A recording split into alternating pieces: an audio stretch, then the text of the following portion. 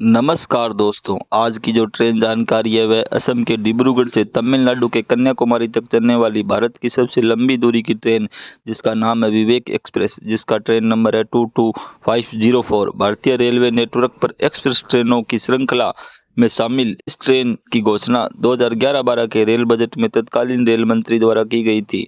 इस ट्रेन को 2013 में होने वाली स्वामी विवेकानंद की 150वीं जयंती के उपलक्ष्य में शुरू किया गया था।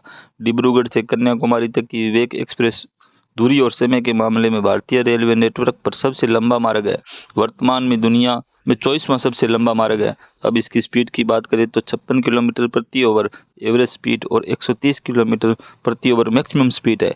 इसमें सभी कोच एलएचबी लगते हैं। इस ट्रेन में general, sleeper, third AC, second AC के कोच लगते हैं, जिनका किराया डिब्रूगढ़ से कन्याकुमारी तक का जनरल का 730 रुपये, स्लीपर का 1185 रुपये, थर्ड एसी का 3015 रुपये और सेकंड एसी का 4450 रुपये है।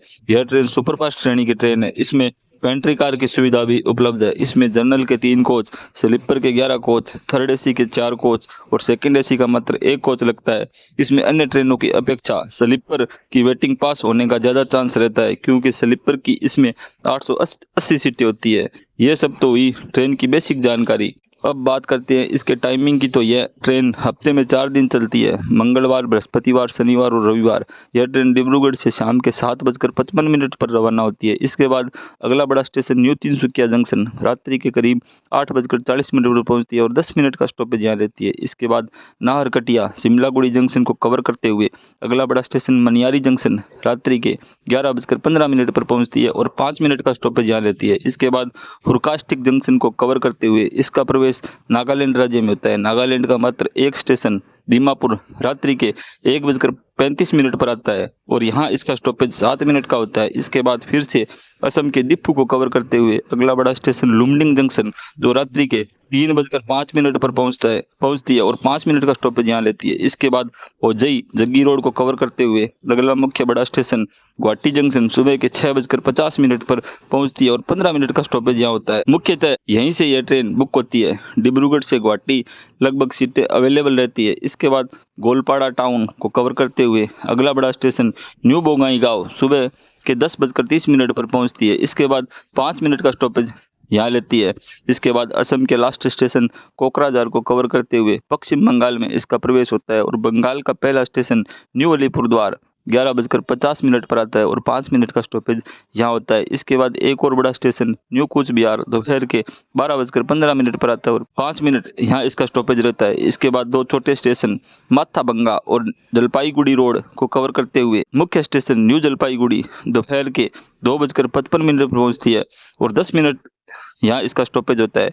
अब इसका प्रवेश बिहार राज्य में होता है। बिहार का मात्र एक स्टेशन किशनगंज दोपहर के 4:10 पर पहुंचती है और सिर्फ 2 मिनट यहाँ इसका स्टॉपेज होता है। इसके बाद फिर से बंगाल में इसका प्रवेश होता है और बड़ा स्टेशन मालदा टाउन शाम के 7:45 पर पहुंचती है और यहाँ इसका स्टॉपेज 10 मिनट का रहता है। फिर 3 छोटे स्टेशनों रामपुर हाट, वर्धमान और डाकुनी को कवर करते हुए बंगाल का लास्ट स्टेशन खड़गपुर जंक्शन अल सुबह 4:05 पर आता है और 5 मिनट का स्टॉपेज यहाँ इसका होता है। इसके बाद उड़ीसा राज्य में इसका प्रवेश होता है और उड़ीसा का पहला स्टेशन बालासोर और भद्रक रात को कवर करते हुए अगला बड़ा स्टेशन कटक रात्रि के 8:10 पर पहुंचती है और 5 मिनट का स्टॉपेज यहाँ लेती है। इसके बाद उड़ीसा की राजधानी भुवनेश्वर रात्रि के करीब 8:49 पर पहुंचती है और 5 मिनट का स्टॉपेज यहाँ लेती है। इसके बाद मुख्य स्टेशन खुर्दा रोड जंक्शन रात्रि के करीब 9:20 पर पहुंचती है और यहाँ यह 20 मिनट का स्टॉपेज लेती है।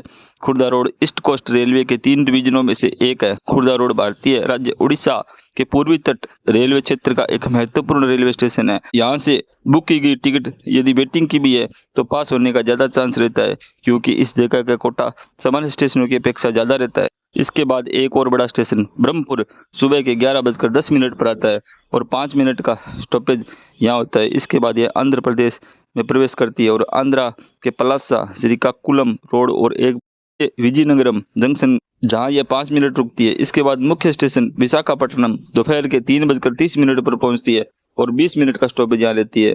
यहाँ इसका इंजन पलटकर उल्टी दिशा में लगाया जाता है क्योंकि यहाँ से लाइन चेंज होती है। इसके बाद कुछ स्टेशनों जैसे दुवाड़ा, समालकोट जंक्शन, राजामुंद्री, इलुरु को कवर करते हुए मुख्य बड़े स्टेशन विजयवाड़ा जंक्शन, ये आंध्र का एक बड़ा स्टेशन है और आम की खेती के लिए भी सुप्रसिद्ध है। विजयवाड़ा जंक्शन रात्रि के 9:10 पर पहुंचती है और 10 मिनट का स्टॉपेज यहाँ लेती है। इसके बाद ओंगालो, नेलोर को कवर करते हुए आंध्रा का लास्ट स्टेशन रेनीगुंडा, जो कि एक बड़ा स्टेशन है, यहाँ पर रात्रि के 3:05 पर पहुंचती है और 5 मिनट का स्टॉपेज यहाँ लेती है। इसके बाद तमिलनाडु में इसका प्रवेश होता है। तमिलनाडु का पहला स्टेशन कटपटी जंक्शन सुबह के 5:10 पर पहुंचती है और 5 मिनट का स्टॉपेज यहाँ लेती है। इसके बाद सेलम जंक्शन को कवर करते हुए इरोड जंक्शन सुबह के 8:50 पर पहुंचती है। इरोड जंक्शन वस्त्र व्यापार के लिए प्रसिद्ध है।